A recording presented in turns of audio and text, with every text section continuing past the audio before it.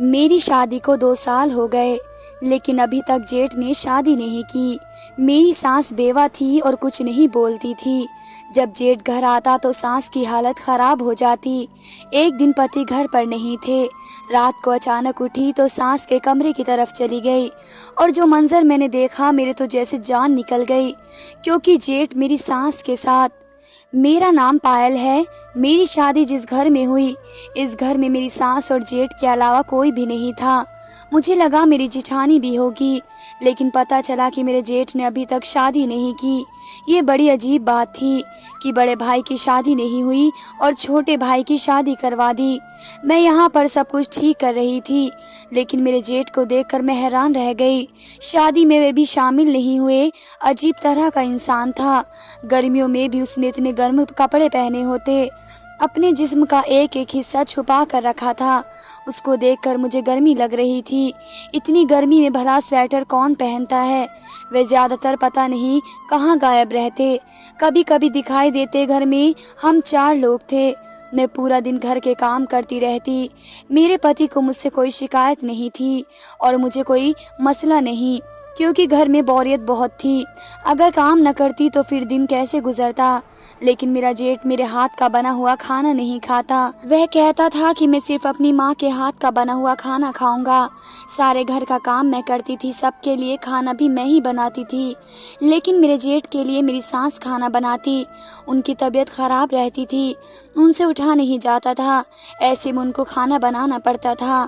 मैंने उनको कहा कि फिर मेरा क्या फ़ायदा, जो मैं सबके लिए काम कर रही हूँ, आपको तो फिर भी खाना बनाना ही पड़ता है। इस बात पर वे खामोश हो जाती और कहती थी कि कोई बात नहीं, बच्चा है ना, इसलिए जिद करता है।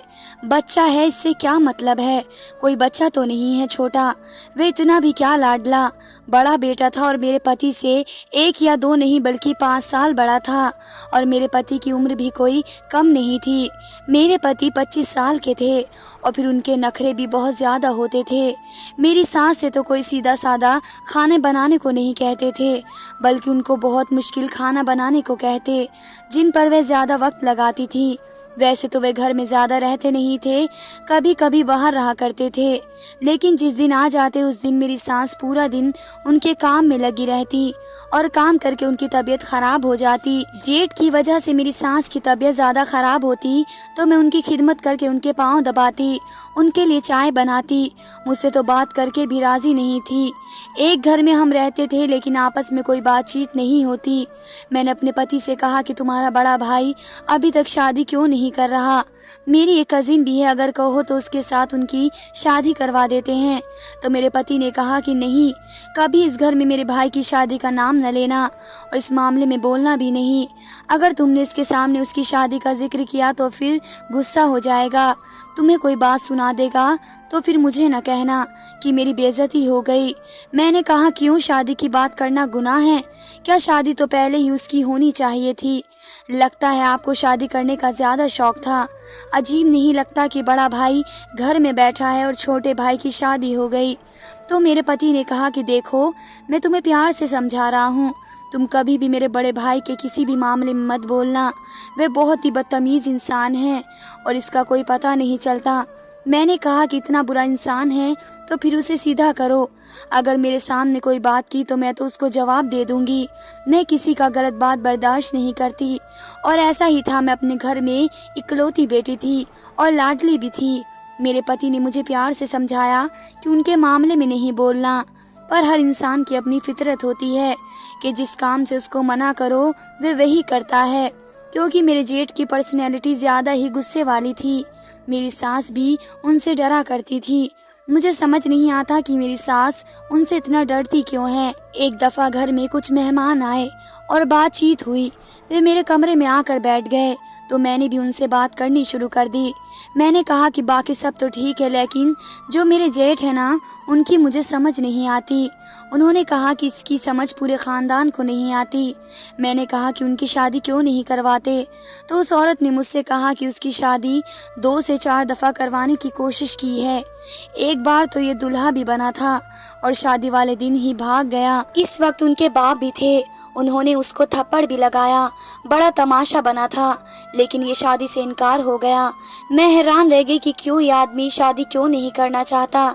शक्ल सूरत का भी ठीक था, वैसे नजरें झुका कर रखता, नजर नहीं मिलाता था। उसके दिल में कोई चोर था। उस औरत ने कहा कि हम सभी यही सोचते हैं कि पता नहीं उसके साथ कोई मसला है, ये शादी क्यों नहीं करता। उसके चक्कर में तुम्हारे पति बैठे थे, वरना तो जब तक 22 साल का था तब से कहता था कि मेरी शादी करवा दो। फिर तुम्हारी सास ने कहा कि बड़े ने तो शादी नहीं करनी, तो छोटे को किस बात की सज़ा दे, इसलिए फिर उन्होंने तुम्हारे पति की शादी करवा दी और तुम इस घर में आई। तुम मुझसे दूर ही रहा करो, क्योंकि एक बार हमारे खानदान में एक लड़की थी जो बहुत ज़्यादा हंसी मजाक करती थी और हर किसी से खुलकर बात वगैरह करती। उसने एक बार उसके साथ कोई मजाक कर दिया। तुम शादी क्यों नहीं करना चाहते। शादी की बात को लेकर उसने सबके सामने ना सिर्फ उस लड़की के मुंह पर थप्पड़ दे मारा, बल्कि ये भी कहा कि मैं उसको जान से मार दूंगा। लेकिन बड़ों ने आकर रोक दिया और मुश्किल से उसे पीछे हटाया और उसने उस लड़की पर इस तरह से हमला किया था जैसे उसकी एक हड्डी तोड़ दी थी। मैं हैरान और परेशान रह गई। मैंने कहा ये किस किस्म का इंसान है, लड़कियों पर हाथ उठाता है। तो उस आंटी ने कहा कि बेटा तुम तो इससे दूर ही रहना, वरना तुम्हारे साथ बहुत बुरा होगा। तुम्हारे पति की शक्ल सूरत भी अच्छी है और नौकरी भी अच्छी है, लेकिन फिर भी खानदान से किसी ने इसका रिश्ता इसलिए नहीं किया क्योंकि इस घर में लड़की आती तो फिर हमें डर ही पड़ा रहता कि कभी भी इसके साथ कुछ भी हो सकता था। मैंने कहा कि मुझे तो ये बात किसी ने नहीं बताई। उस औरत ने कहा कि तुम भी ये बातें किसी को ना बताना, नहीं तो मेरा नाम आ जाएगा। तुम अपने जेठ से बच कर रहना, ये बड़ा ही खतरनाक इंसान है। एक दिन मैं कपड़े धो रही थी, जब मैंने अपने जेठ के कपड़े देखे तो वे कपड़ों के नीचे इतनी सारी गर्म चीज़ें क्यों पहना करते थे। वे खुद तो बहुत ही पतले थे, लेकिन कपड़े इतने सारे पहनते कि मोटे लगा करते। मुझे सब ने कहा कि तुमने इस मामले में नहीं बोलना, लेकिन फिर भी मेरे दिल में शक ने घर कर लिया और मुझे पता करना था इसका राज क्या है। कोई ना कोई चक्कर तो ज़रूर था। ये शादी नहीं करना चाहता था और क्यों ये किसी पर भरोसा नहीं करता था। एक दिन मैंने अपनी सास को कहा कि मैं अपने मायके जा रही हूँ और मेरे पति को वैसे ही सुबह जाते हैं तो शाम को आते हैं। मेरी सास ने कहा कि ठीक है, जब मैं अपने बड़े बेटे के लिए खाना बनाऊंगी तो मैं भी वही खाना खा लूँगी, तुम आराम से आना, कोई मसला नहीं है। जब से शादी हुई तो वैसे भी बहुत कम अपने घर जाती हूँ। मैंने कहा ठीक है, मैं चली जाऊँगी।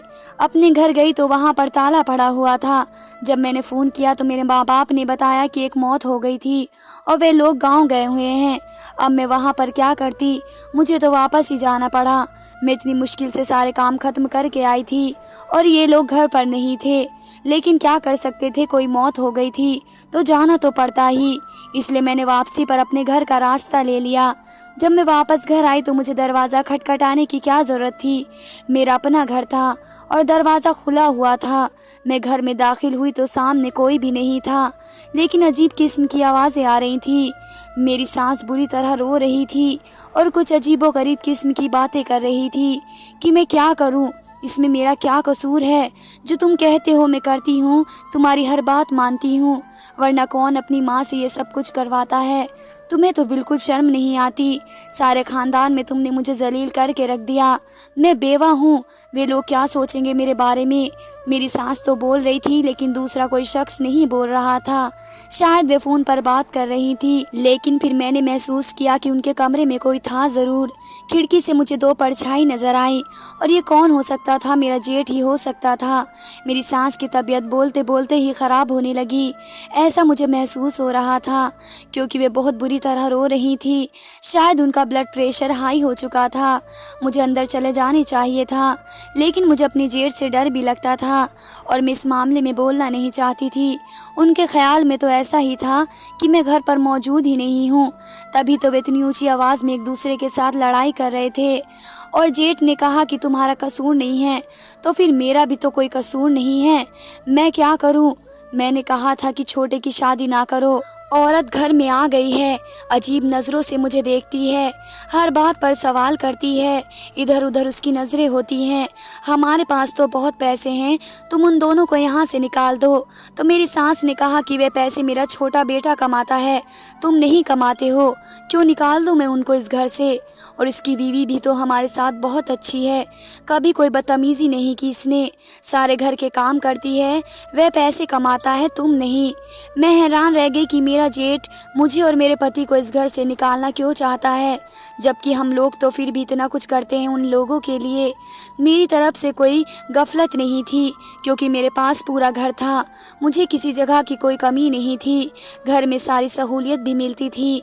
मेरी सास भी मेरे साथ अच्छी थी। लेकिन क्यों मेरे पीछे पड़ा हुआ था मेरा जेठ। मेरी सास ने कहा कि मैं अपने छोटे बेटे को नहीं निकालूंगी। अगर तुम मेरे बेटे हो तो वो भी मेरा बेटा है और मैं इससे भी बहुत प्यार करती हूँ।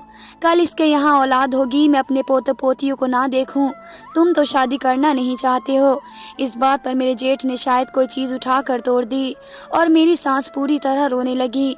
अब तो मुझे अंदर चले जाना चाहिए था, लेकिन मैं फिर भी डर रही थी। हाँ हाँ, तुम्हें तो इसी से मोहब्बत है ना। मैं तो तुम्हारे लिए कुछ भी नहीं हूँ। मुझे तो पैदा होते ही तुम्हें मार देना चाहिए था, लेकिन तुमने ऐसा नहीं किया और मुझे बर्दाश्त करना होगा। मेरा जेठ कमरे से निकला तो मेरे उसके आगे सामना हो गया, लेकिन उसने कोई बात नहीं की। फिर मुझे ऐसी नज़रों से देखा कि जैसे मुझे खा जाएगा। मैं फ़ौरन कमरे में गई तो मेरी सास मुझे देखकर हैरान रह गई कि तुम यहाँ क्या कर रही हो। मैंने कहा कि मेरे घर वाले तो घर नहीं थे, मैं वापस आ गई। आप ठीक तो है ना, और किस बात पर लड़ाई हो रही थी। मेरी सास अजीब सी घबराहट से कहने लगी, नहीं, वे खाने में नमक तेज़ हो गया था तो इस बात पर नाराज़ हो गया। तुम कब से आई हुई हो? मैं अभी दाखिल हुई थी। मैंने भी झूठ बोल दिया। ये कह ले कि मैंने अपनी सास का भरम रख लिया। शायद वह भी भरम रख रही थी, लेकिन ये देखकर मुझे बहुत हैरानी हुई कि वह अपनी माँ के साथ किस तरह बदतमीज़ी करके गया था। मेरी सास की तबीयत ख़राब हो गई, उनका ब्लड प्रेशर हाई हो गया। डॉक्टर के पास मेरा पति ही लेकर गया। मेरे पति ने मुझसे पूछा कि क्या हुआ था घर में, तुम्हारे साथ कोई लड़ाई हुई? फिर मैंने अपने पति को सब कुछ बता दिया तो उसने अपना सर पकड़ लिया। मैंने कहा कि क्या बात है, वे हमें क्यों घर से निकालना चाहते हैं? हमारा क्या कसूर है, जबकि मैंने तो उनके साथ कोई बदतमीज़ी नहीं की। तो मेरे पति ने कहा कि तुम फिक्र नहीं करो, इस घर से हमें कोई नहीं निकालेगा और तुम उन सारे मामलों में ना बोलो, मैं सब कुछ संभाल लूँगा। मुझे इस बात से चिढ़ होने लगी कि कोई यहाँ पर सीधी बात बताना ही नहीं चाहता। सब के सब अपने अपने राज में थे। मेरा पति भी कोई सीधी बात नहीं बताता। मेरी सास भी घबराई हुई सी होती। रोज़ उनकी तबीयत ख़राब हो जाती और मेरे जेठ ने तो मेरी सास को अपनी माँ से हटाकर जैसे अपनी नौकरानी ही बना लिया। सारे काम उनसे नौकर वाले ही करवाते। मेरी सास की तबीयत ख़राब थी और शाम को मैं उनको पूछने के लिए उनके कमरे में गई तो मेरे जेठ ने मुझे कहा कि आपकी ज़रूरत नहीं है, मैं खुद उनका ख्याल रख लूँगा, आप यहाँ से चली जाएं। मैं अपनी सास के लिए सूप बना कर ले गई थी और मेरी सास भी कह रही थी कि मैंने सूप पीना है, लेकिन मेरे जेठ ने मुझे कहा कि उसकी ज़रूरत नहीं है, आप यहाँ से चली जाएं। मेरी माँ को ज़रूरत होगी तो मैं खुद उनके लिए बना लूँगा। मुझे थोड़ा गुस्सा आ गया। मैंने कहा कि तुम्हारी वजह से तुम्हारी माँ की तबीयत ख़राब हो गई है और अब तुम ये कह रहे हो कि मैं खुद ही ठीक कर लूँगा। मुझे डर लगता था, लेकिन आज मुझे गुस्सा आ गया क्योंकि मेरा पति घर पर ही था और मुझे पता था कि अगर कुछ होता है तो मेरा पति मुझे बचा लेगा। मेरे जेठ ने मुझे ऐसे देखा जैसे मुझे खा जाएगा। सास ने कहा कि चली जाओ यहाँ से, कोई बात नहीं, मैंने सूप नहीं पीना है, तुमने बनाया है, तुम्हारा बहुत शुक्रिया। मेरी सास की आंखों में बहुत ज़्यादा डर था। मैंने किचन में सूप रख दिया। ये बात अपने पति को बताई तो उसने कहा कि तुम क्यों उनके साथ पंगे लेती हो। मैंने कहा कि खुद ही अपनी माँ की तबीयत ख़राब की है और अब बड़ा अच्छा बन रहा है। इतनी बुरी तरह चिल्ला रहा था उनके साथ। कोई भी बेटा अपनी माँ के साथ ऐसा कभी नहीं कर सकता। मेरे पति की ज़बान ने ऐसी बात निकाली, उन्होंने कहा कि बेटा तो वह है ही नहीं। मैंने कहा क्या मतलब, वह बेटा क्यों नहीं है? तो कहने लगे कि मैं ये कह रहा हूँ, इस तरह के बेटे थोड़ी होते हैं जिसको अपनी माँ का कोई ख्याल ही ना हो। दिन इसी तरह गुजरने लगे और मैं अपनी जेठ की हरकतों के बारे में सोच सोच कर परेशान रहने लगी। एक दिन मेरे पति ने कहा कि मुझे शहर से बाहर जाना है। मैंने कहा कि नहीं, मुझे बहुत डर लगता है। उसने कहा कि कोई बात नहीं, तुम कमरे में जाकर अंदर से कुंडी लगा लेना, सारा दिन तो माँ साथ होंगी, रात को तुम कुंडी लगा कर सो जाना और मैं सुबह जल्दी वापस आ जाऊंगा। मैंने कहा ठीक है। मेरा पति रात भर नहीं आ रहा था। मैंने खाना अकेले ही खाया और जब मैं बर्तन रखने गई तो ये सुनकर हैरान रह गई कि मेरी सास के कमरे से अजीब व गरीब किस्म की आवाज़ें आ रही थी। मैंने जाकर देखा तो मेरा जेठ कमरे में नहीं था। उसके कमरे का दरवाज़ा खुला हुआ था। इसका मतलब कि वे भी उनके कमरे में ही थे। लेकिन वहाँ पर क्या कर रहे थे? मैं कमरे की तरफ चली गई और आवाज़ सुनने लगी तो फिर से मेरी सास से लड़ाई कर रहा था। लेकिन इस बार किसी लड़की की आवाज़ आ रही थी। लेकिन ये लड़की कौन थी? हमारे घर में तो ऐसी कोई भी लड़की नहीं थी। और इस वक्त कौन मेहमान हमारे घर आया था? और अगर मेहमान था तो फिर वह झगड़ा क्यों कर रहा था? मैंने देखा कि खिड़की खुली हुई है तो फिर मैंने अंदर झांकने की गलती कर दी। जब खिड़की से अंदर झांका तो हैरान रह गई ये देखकर कि मेरा जेठ तो मेरी सास के साथ बुरी तरह लड़ रहा था। लेकिन वे लड़कियों के कपड़े पहन कर खड़ा हुआ था और उसने मेकअप भी कर रखा था। मैं डर गई। मेरा हाथ लगने से कोई चीज़ गिर गई और वे दोनों मेरी तरफ देखने लगे।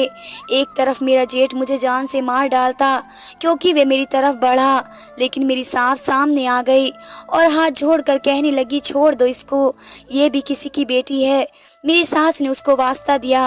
वे एक सांस में बार बार बोल रही थी और मेरा जेठ वहाँ से चला गया। मैं हैरान थी और रोने लगी। मेरी सास ने मुझे तसल्ली दी और फिर सारी बात बताई। उन्होंने कहा कि दरअसल जब ये पैदा हुआ था हमें तभी पता चला कि ये लड़का नहीं है और ये लड़की भी नहीं है।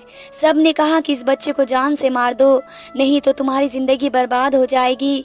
लेकिन मैं ऐसा नहीं कर सकती थी, इसलिए उसको पाला। लेकिन इसकी हरकतें ख़राब थी। रात होते ही ये लड़कियों के कपड़े पहन लेता और इसी तरह से फिरता है। पर जब से तुम इस घर में आई हो वह ऐसा नहीं कर पा रहा है, इसलिए आजकल बहुत गुस्सा करता है और बार बार मेरे साथ झगड़ा करता है। अपनी ख्वाहिश पूरी ना होने की वजह से ये बहुत ज़्यादा ज़िद्दी हो चुका है। सबने कहा कि इसकी शादी कर दो, ये ठीक हो जाएगा। हमने बहुत बार कोशिश की शादी करवाने की, लेकिन उसने शादी से इनकार कर दिया। यही उसकी हकीकत है। मैं क्या करूं? मैं तो एक माँ हूँ, मैं कुछ नहीं कर सकती। ये बहुत ज़्यादा ज़िद्दी भी है। इसको लड़कियों वाले कपड़े और लड़कियों वाली चीज़ें बहुत पसंद है, लेकिन ये अपने नाम से नहीं ले सकता, इससे मेरे नाम से लेता है, जबकि मैं एक विधवा हूँ। अगर किसी ने मेरे साथ ये सारी चीज़ें देख ली तो वे क्या सोचेंगे कि मैं इस उम्र में इस तरह के कपड़े पहनती हूँ। इसी बात पर मेरी लड़ाई हो रही थी जब तुमने हमारी बातें सुन ली। माँ होना बहुत मुश्किल होता है और ऐसे बच्चे की माँ होना तो और भी मुश्किल, जिसने इतनी बड़ी कमी हो और उसने इस कमी को अपने सर पर सवार कर रखा है। सब ने कहा कि इसकी जान ले लो, नहीं तो तुम्हारी ज़िंदगी बर्बाद हो जाएगी। मैं इसकी जान नहीं ले पाई, लेकिन वाकई मेरी ज़िंदगी बर्बाद हो गई। ये किसी और के हाथ का बना हुआ खाना भी नहीं खाता और अपने जिस्म को छुपाने के लिए नीचे बहुत ज़्यादा कपड़े पहनता है ताकि ये मर्दों की तरह लगे, लेकिन दरअसल ये तो आधा ही मर्द है और रूह तो उसके अंदर वैसे भी लड़की की है। मैं हैरान रह गई और सारी रात सास के साथ गुजारी क्योंकि मैं डर गई थी। सुबह पति आया तो उसको भी ये सब कुछ पता चल गया। पति को पहले से ही पता था, लेकिन उसने मुझे ये बात नहीं बताई। मेरी सास ने कहा कि वे तेरी बीवी से नफरत करता है, तुम दोनों छत के ऊपर पोर्शन बना लो, वहाँ पर रहो, मुझे कोई मसला नहीं है।